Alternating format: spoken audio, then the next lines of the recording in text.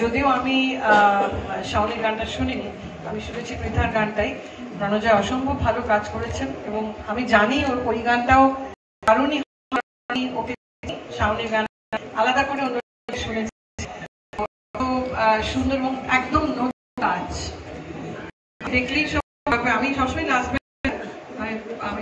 আমি ছিলাম, আমাকে সবাই বলে আপনি যান না, আমি পিছনে থাকতেই ভালোবাসি, কিন্তু পিছনে থাকা লোকরাই আসল আমার মনে হয়, কারণ নতুনদের ওয়েলকাম জানানো এটা ভীষণ দরকার। আর আমি একদম মানে মুগ্ধ, অ্যাবসলিউটলি মুগ্ধ।